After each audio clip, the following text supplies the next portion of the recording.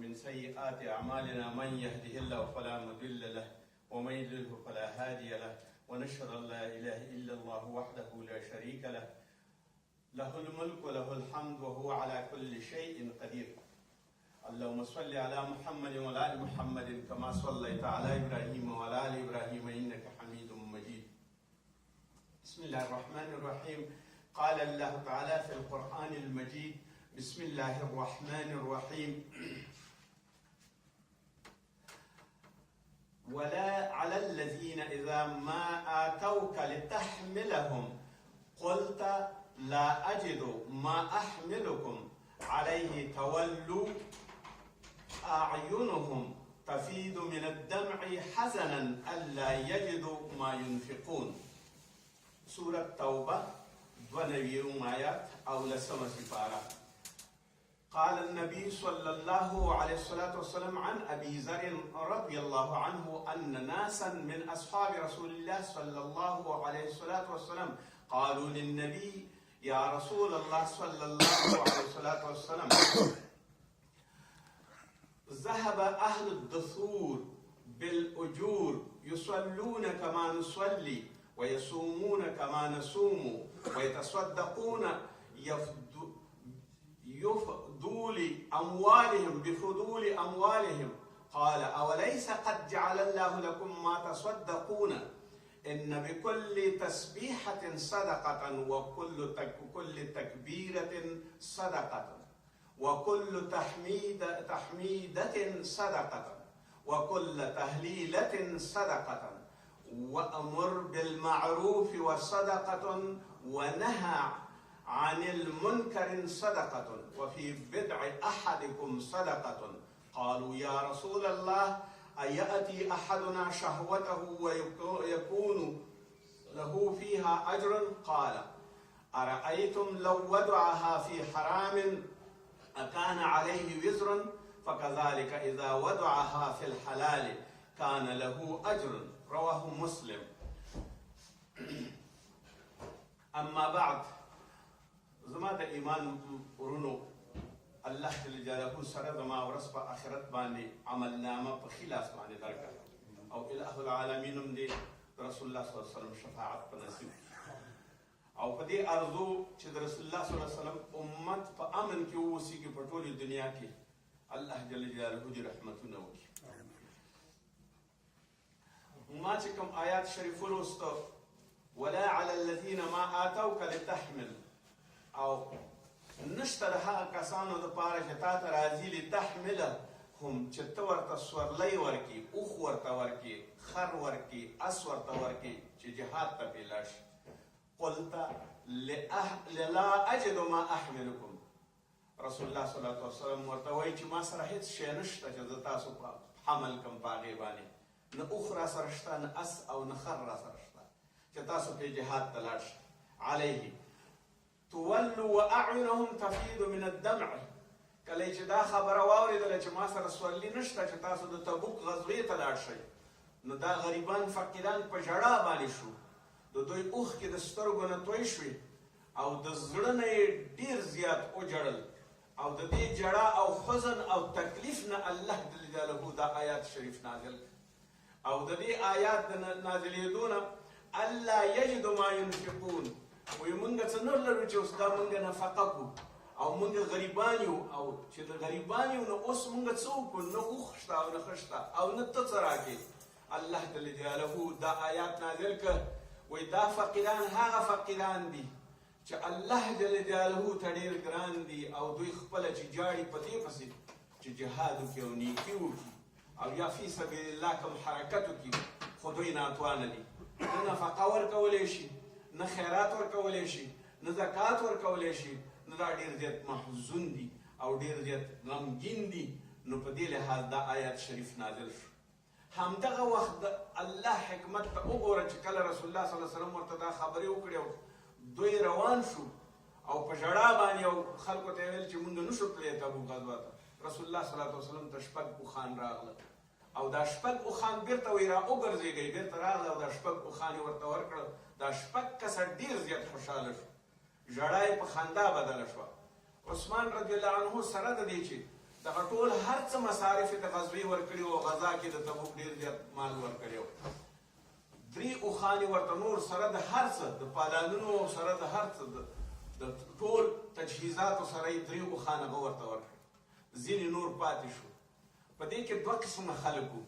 یو هغه خلک وو چې شان نزول کې داسې وایي چې د ښځو د مهر او د محبت نه مجبور د خپلو ښځو نه نشو جدا کېدلی، د خپل اولادونو نه نشو جدا کېدلی.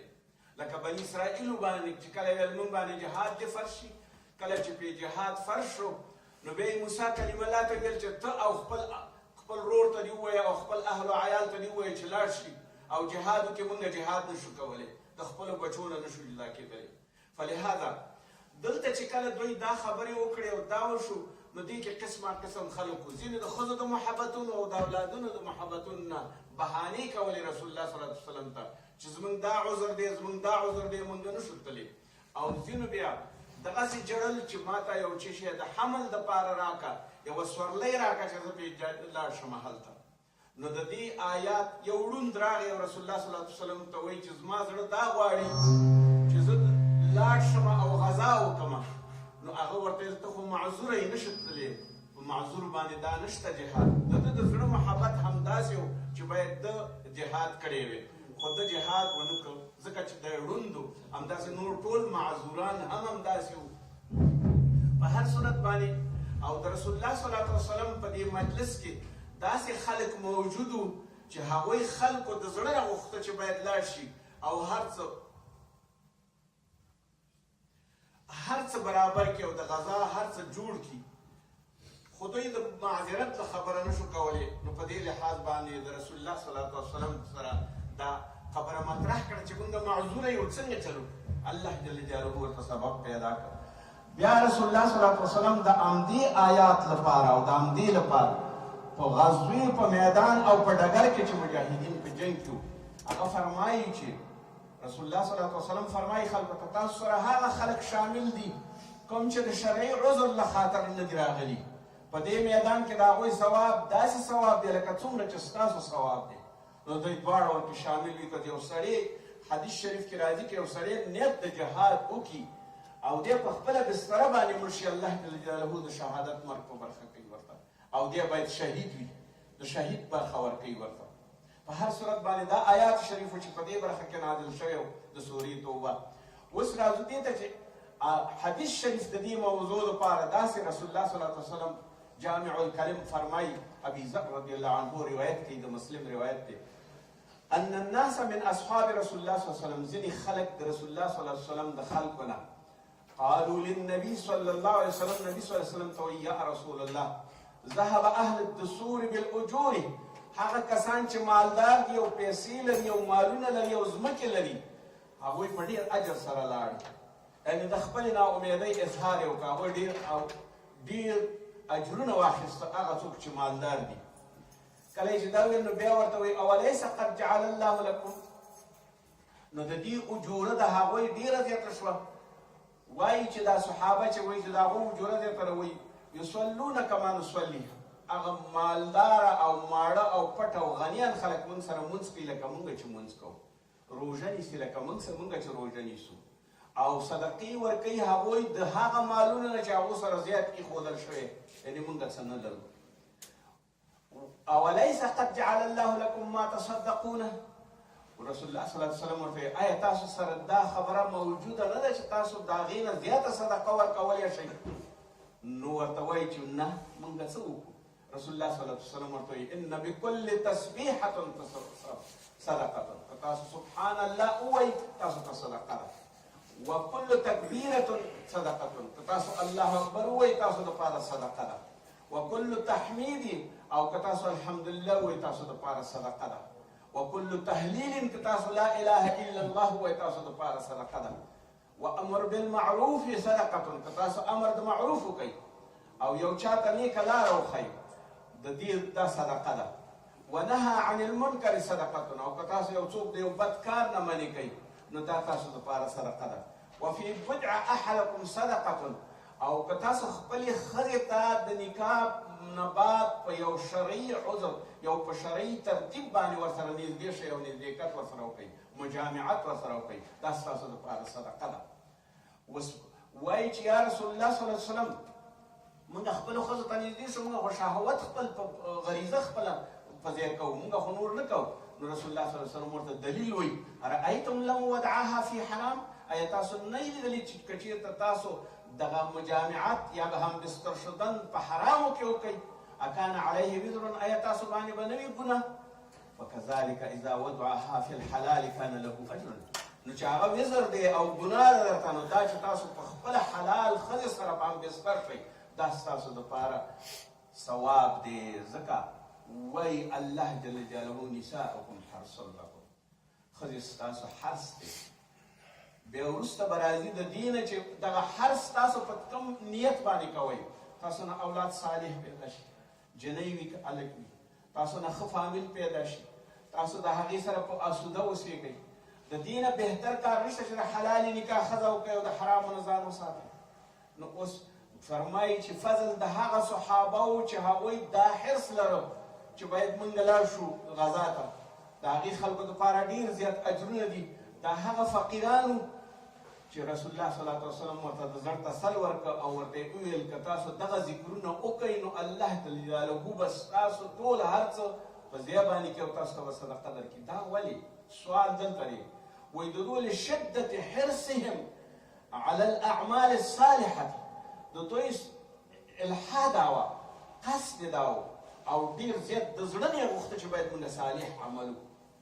نو د زړه باندې رسول الله صلی الله علیه وسلم او الله دا آیات نازل کړه د دوی په زړه باندې، او د دوی د زړه مطابق رسول الله صلی الله علیه وسلم ورته دا وویل چې تاسو ته به الله جل جلاله د دې اجرونه ورکړي. نو فقیرانو خلکو دپاره چې نور نه وي دا ورته صدقه ده او باید دا کار وکړي همیش دپاره. اوس د دې حدیث نه فقرا وایي چې ولې د فقراو دا مالداره خلک یاد کړو. مالداره خلکو سره ضد کول په دوه ډوله دي، یو غبطه ده او یو حسد دی.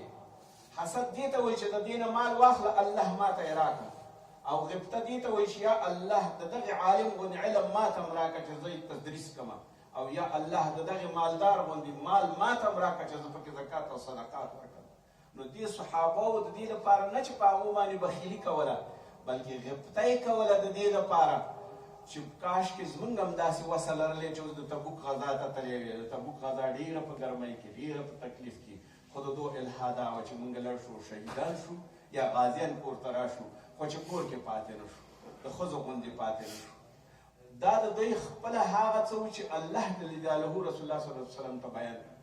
ابي هريره رضی الله عنه فرمایي د رسول الله صلی الله علیه وسلم نه روایت کې فقراء المهاجرین آتوا النبي صلی الله علیه وسلم، دا هغه خواران دي چې راغلل رسول الله صلی الله علیه وسلم فقالوا ټول عرض وکړه ورته ذهب اهل الدثور بالدرجات، دوی موږ د مالدارو خلکو موږ ټول درجات ویوړل او هغه نعیم او هغه نعمتونه ټول هم د دوی شو. ما رسول الله صلی الله علیه وسلم ورته ما ذاک قالوا یصلون کما نصلي، نو اوس تاسو رښتیا هم چې لمونځ کوئ دوی لمونځ کوي، تاسو چې روژه نیسئ دوی روژې نیسي، تاسو چې صدقه نه ورکوئ دوی صدقې ورکوي، او دوی غلامان ازادوي، او دوی هغه کارونه کوي چې تاسو یې نشئ کولی. دا ستاسو معذرت دی. اوس تاسو د معذرت دپاره هغه شی چې تاسو ته مخکې لیږئ هغه څه شی دی ستاسو؟ افضل شیان ستاسو هغه دي چې تاسو خپلې نیک اعمال ولیږئ او خپلې صدقې په دغه ترتیب باندې ورکئ. تاسو دپاره تسبحون وتکبرون وتحمدون دبر کل صلاة 33 وروسته د هر مانځه نه 33 33 کرته الحمدلله، 33 کرته سبحان الله، 33 کرته الله اکبر، 33. کله چې تاسو دا ووایئ نو ستاسو دپاره هغه ټول تسبیحات او ټول صدقات دي او ټول خیراتونه دي. وروسته د فرض مانځه نه رسول الله صلی الله علیه وسلم فرمایي چې زمونږ ورونو نه مونږ واورېده چې رسول الله صلی الله علیه وسلم ورته رسول الله صلی الله علیه وسلم ته چې کله وویل چې دا ولې مالدار شوی، نو رسول الله صلی الله علیه وسلم ورته په جواب کې دا آیات شریف ویل ذلک فضل الله یؤتیه من یشاء، دا د الله فضل دی، چاته ډېر ورکوي چاته لږ ورکوي، د چا برخه زیاته وي د چا نه وي. والله واسع علیم، هغه واسع او علیم دی. تاسو ته په صدقاتو کې، تاسو ته په تسبیح کې دا اجر درکوي، او هغو ته په مالونو کې ورکوي، دا د الله تعالی تقسیم دی او د هغه رحم دی او د هغې ټول هغه رحمت دی چې چاته زیات ورکوي چاته کم ورکوي. سورة المائده آیات 450. بیا فرمایي رسول الله صلی الله علیه وسلم د فقراو زړه دا و چې زمونږ مالونه نشته دی نو مونږ به دوزخ ته ځو. فاخبرهم النبي صلی الله علیه وسلم ورته دا خبر وکړ جميع انواع فعل معروف والاحسان صدقه. ټول هغه نیک کارونه چې تاسو کوئ هر شی چې وړوکی وي او که غټ وي هغه ټول احسان دی او صدقه ده. حذیفه رضی الله عنه فرمایي د رسول الله صلی الله علیه وسلم نه کل معروف صدقه، هر نیک کار صدقه ده. ستا په زړه کې دې ونه درځېږي چې یو شی ډېر وړوکی وګڼي. وړوکی کار ډېره غټه صدقه ده د الله په نسبت باندې. او صدقه چې ده څه صدقه ده؟ فالصدقه تطلق على جميع انواع الفعل المعروف والاحسان حتى فضل الله الواصل منه الى عباده الصدقه. نبی صلی الله علیه وسلم فرمایي په دې کې چې کوم یو دی فعل هغه چې ته صدقه ورکړي. فی قصر الصلاه فی السفر صدقه، کله چې ته سفر ته لاړ شي او قصر د صلاتو کې دا صدقه ده د الله جل جلاله. یو بل حدیث شریف کې وایي چې یو څوک چې شی درکوي په ځولۍ کې درته اچي ته یې ولې نه اخلي؟ الله درته رحم کړی. یو سړي سوال وکړ د رسول الله صلی الله علیه وسلم نه چې ولې مونځ 2 رکعات دی په سفر کې؟ نو رسول الله صلی الله علیه وسلم ورته دا د الله صدقه ده. یو بل ورته وایي چې ولې دا مونځ کې وایي تا ته ځولۍ کې یو چې شي اچي خیر و خیرات اچي او ته یې نه اخلي. بد کړه الله خیرات قبول کړه، رخصت قبول کړه، صدقه قبول کړه. دا صدقه ده چې د هغې په حکم باندې ته مونځ وکړي. نو فاخبروا صدقته، مخکې ولېږئ خپلې ټولې صدقې. رواه المسلم والبخاري. صدقه بغیر د مال نه کېږي په 2 نوعه به، یو په مال کې هم کېږي یو په غیر مال کې هم کېږي. داسې فکر مه کوئ چې سړی مالدار وي صدقه به ورکوي او مونږ یې نشو کولی. نو یو دا ده چې تاسو د احسان کوئ چا سره؟ ټولو مخلوقات سره احسان په څه رقم باندې کوئ؟ ولې تاسو دپاره صدقه ده؟ ځکه ستاسو ته درسته ده چې مال کې بېله صدقه ده د هغې نه ستاسو ته زیاته درکوي. خو دا ومنئ چې امر بالمعروف وکئ، نهی عن المنکر وکئ، دعا وکئ الى طاعة الله وکف من عن معصیته. تاسو دعا الله ته وکئ او د هغه ګناه چې کوئ د هغې نه ځان لرې کوئ. دا هم ستاسو لپاره صدقه ده او دا د هغې نه زیاته ده چې تاسو د ګناه نه ځان منې کوئ چې د مال باندې څوک صدقه ورکوي. او فرمایي چې تاسو قرآن چاته تعلیم کوئ دا صدقه ده. یو د لارې نه یو مضر شی لرې کوي، یو اذا او ضررناک شی د لارې نه لرې کوي، اغزی وي که تیږه وي که کاڼې وي که بل شی وي، دا د طریق نه لرې کوي. دا صدقه ده. او د دې لپاره تاسو کوشش وکړئ چې د یو سړي دپاره نفع ورکوئ. د یو قسم نه د یو قسم د اخلاقو نفع ورکوئ او دفع د ضرر ته یې وکوئ. دا ستاسو دپاره صدقه ده. دعاء للمسلمین والاستغفار لهم، دعا د پاره د مسلمانانو په هر ځای کې چې وي ورباندې تکلیف تاسو ورته استغفار او دعا وکړئ. مړو ته استغفار وکړئ او ژوندو ته دعا وکړئ. شاه ولي الله ډهلوي صاحب وایي جهاد کې اشتراک نشي کولی، هجرت کې نشي کولی، دومره خو کولی شي چې ورته دعا وکړي چې الله تعالی نصرت ورکړي مجاهدینو ته. وایي دا دعا وکړه. رسول الله صلی الله علیه وسلم فرمایي دعا ورته وکړئ هغه کسانو ته چې په تکلیف کې دي. تعلیم او تربیه او چاته ورکړه دا صدقه ده. ولو که یو وړه خبره ورته ښې، یو ښه نیک کار ورته ښې، دې باندې هم صدقه ده. نو د ټولې صدقې فانها صدقه، دا ټولې صدقې چې الله جل جلاله قبلی او بخصوصا د هغه کسانو نه چې د اخلاص د زړه نه وي او د فقر او د تکلیف په وخت کې وي، نو بیا الله جل جلاله فرمایي چې زه هغې ته ډېر زیات اجرونه ورکړم. رسول الله صلی الله علیه وسلم وایي تبسمک فی وجه اخیک لک صدقه. ته یو ورور ته خاندې په خندا باندې ورسره مقابله کې ترش وچولې نه لري، ټنډه دې پراخه ده، دې دپاره دې نه ښه صدقه نشته دی. وامر بالمعروف، نیک کارونه ورته ښې، دې نه ښه نشته. ونهیک عن المنکر صدقه، او د بدو کارونه منع کې، دې نه ښه صدقه نشته. وارشادک الرجل فی ارض ضلالة، یو سړي لاره ورکړه کړې او ته ورته لاره ښې، دا صدقه ده. وإماتة الحجر والشوك والعزم من الطريق، اړوکې تیږه کاڼې او اغزې د لارې نه لرې کول دا صدقه ده. دې ټولو او کله چې ته خپله اوبه لرې په یوه دلوی په یو لوښي کې او هغه د یو ورور په یو لوښي کې واچې ورته پیرزونه وکړي، نو دا ستا صدقه ده. د هغې دپاره صدقه ویلی کېږي. او رسول الله صلی الله علیه وسلم فرمایي أليس من نفس ابن آدم إلا عليها صدقة في كل يوم طلعت في الشمس. وایي د هر یو انسان چې ایمان راوړي او مسلمان دی د هغې دپاره چې لمر راوخېږي صدقې ورته ډېرې زیاتې دي هغه دې کوي. صحابه سوال وکړو یا رسول الله صلی الله علیه وسلم موږ څنګه صدقات وکړو؟ دستي راجوب شو د لمر سره سم راخه شو او بیا صدقې وکړو څنګه چې دا صدقې به د کومه کوو؟ نو ورته فرمایي ان ابواب الخیر لکثیرة. رسول الله صلی الله علیه وسلم ورته دروازې د خیر ډېرې زیات دي، ابواب ډېر زیات دي. التسبيح والتكبير والتحميد والتهليل وامر بالمعروف ونهي عن المنكر وتميت الاذى من الاذى لري کول د ضرر د لارې نه وتسمع الاسم او اوریدل د یو کون دپاره په اشارو باندې پویول وتهدي العمى او یو ړوند سړی د لارې ته برابرول او وتدل مستدل على حاجة او یو سړي ته دلیل ویل چې کوم یو د حاجت خاوند وتسعى بشدة ساقيك من الحرفان او په شدت سره د هر یو کار دپاره ورځي او نیکي ورته کې مستغیث نیکي کوونکی اوسه، کومک کوونکی اوسه. او بیا ورسره یو سړی دی هغه نشي جګېدلی، ته ورسره په زراعۍ او په خپلو مټو باندې هغه جګې هغې سره کومک کې، دا ستا دپاره صدقه ده، هغې سره وکړه. او همداسې هغه څوک چې مریض وي یا تکلیف وي هغې سره ته کوشش کې، دا صدقه ده ستا دپاره، ستا د نفس دپاره صدقه ده. دا ټولې هغه نفقې دي. ابن مسعود رضی الله عنه فرمایي اذا انفق رجل على اهله وهو يحتسب فهو له صدقه.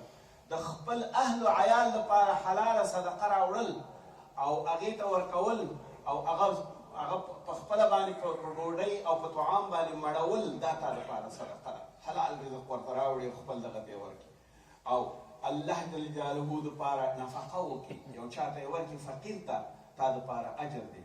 یوه لقمه چې ته راواخلې او د خپلې ښځې خولې کې دې کېږدي، دا ستا دپاره صدقه ده.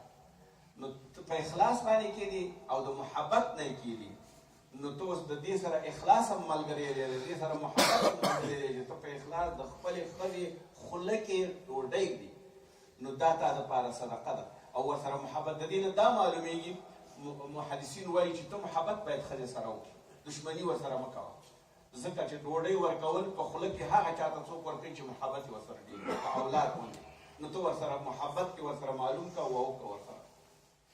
نو اوس ما اطعمت نفسک، خپل ځان دپاره حلال رزق پیدا کړي، نو دا ستا دپاره صدقه ده. او ته خپل زوی دپاره حلال رزق پیدا کړي. کوم یو اولاد چې په حرامو پیسې لویږي، رسول الله صلی الله علیه وسلم فرمایي د دې غوښه لایق د اور ده. او کوم یو چې حلال باندې کېږي، نو وایي ته ورته حلال رزق ورکړه. او بیا که نه وي خادم او خپل مزدور ته او هغه څوک چې ستا ماتح دی هغې ته نیکي وکړه او هغې ته یو ډوډۍ ورکړه، طعام ورکړه، دا ستا دپاره صدقه ده.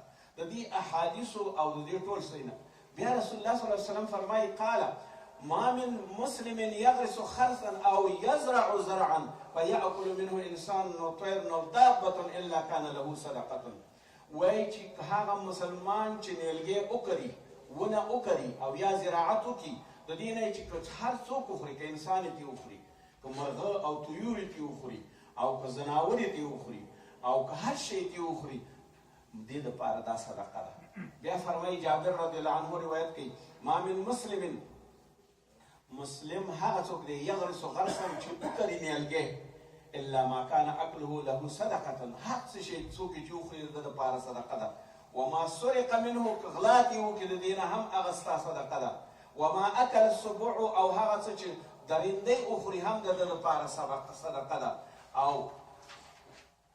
او هغه څه چې مرغۍ وخوري هغې دپاره هم صدقه ده. او که ځایي شي هم د ده دپاره صدقه ده. دغه ټولې د ده دپاره صدقې دي. که انسان د صدقې دپاره ځان رښتیا هم وزګار کړي او ووایي، نو اوس دا صدقې دي ټولې، نو فرمایي چې که چېرته ته جومات ته روان شي او یو قدم اخلي، دا ستا دپاره صدقه ده. انتظار د مانځه کې دا ستا دپاره صدقه ده. او ټول خلک چې د ذکرونه کوي په مسجد کې، دا ستا دپاره صدقه ده. نو ولې دا بې شماره صدقې د لاسه ورکوي؟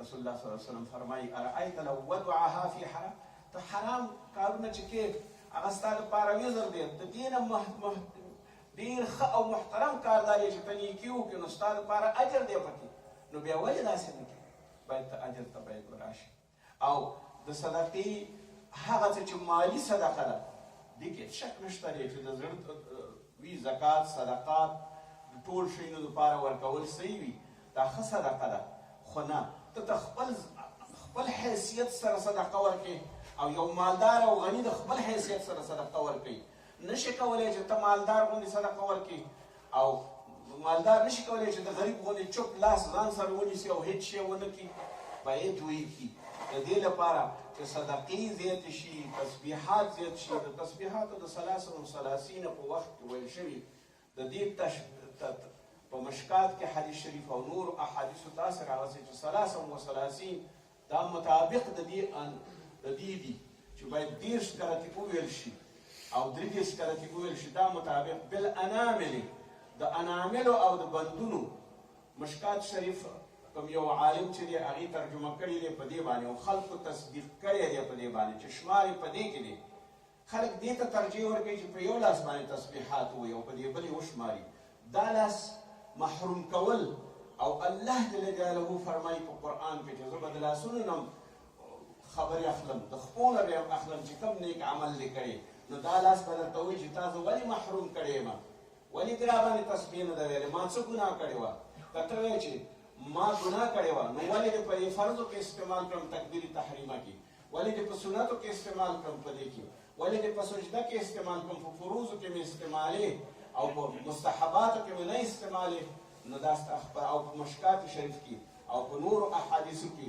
انامل او 360 بندونه د انسان دي د دې هر بند لپاره صدقه ده او د دې صدقې څه نه معنی رسول الله صلی الله علیه وسلم تسبیح ووایه او تهلیل ووایه او د هغې د شمارلو لپاره په لاسونو باندې په ټولو اندامونو باندې د دې لپاره د دې نه بهترینه صدقه نشته دی باید سړی په دې باندې صدقه وکړي د اناملو د اډوکو د بندونو د هر یو دپاره باید صدقه سړی جوړه کړي او تحلیل او تسبیح باید ووایي او د دې لپاره مناسب شی نه دا دي ځکه رسول الله صلی الله علیه وسلم فرمایي یو قرآن وایي چې دې نه به پوښتنه کېږي رسول الله صلی الله علیه وسلم فرمایي مستنطقات د دې نه تحقیق کېږي دا به خبرې کوي ورځ په قیامت دا به وایي زه یې محروم کړی یم ولې دښمني دې ورسره کړې ده تسبیحاتو کې نه دی استعمال کړی او چې کله پوښتنه ونه کېږي او ستا لپاره ضد کېږي نو یو ضعیف حدیث چې تفرد خزامته هغې کې یوازې شوی غریب شوی یا په حدیث کې نو ولې دا قوي احادیث نه استعمالوي چې پکې دواړو لاسونو باندې دا وکړي چې انامل دي او په 360 بندونه دي او د ګوتو شمار دی علماو ټولو کې فیصله کړې ده او ته د یو لاس باندې کېږي دا دې ولې محروم کړو ځکه قرآن کې هم وایي دواړه لاسونه مسؤول دي دې کې هم وایي چې دواړه پښې مسؤلې دي او ته یو مسؤول کې دا ستا خپل ابتکار دی باید موږ په قرآن باندې عمل وکړو سوره نور کې هم راغلي دي او سوره حمیم کې هم راغلي دي دې دواړو دي چې د اندامونو نه پوښتنه کېږي نو اندام نه چې پوښتنه کېږي باید د دې نه وشي په هر صورت باندې الله جل جلاله دې موږ تاسو د صدقاتو هدایت وکړي تر څو پورې د وړو وړو کارونو نه ځان ته ډېره ذخیره او ډېر صدقات جوړ کړو چې د الله تعالی په حضور کې منظور شي او هغه موږ باندې رحمت وکړي ربنا آتنا في الدنيا حسنة وفي الآخرة حسنة وقنا عذاب النار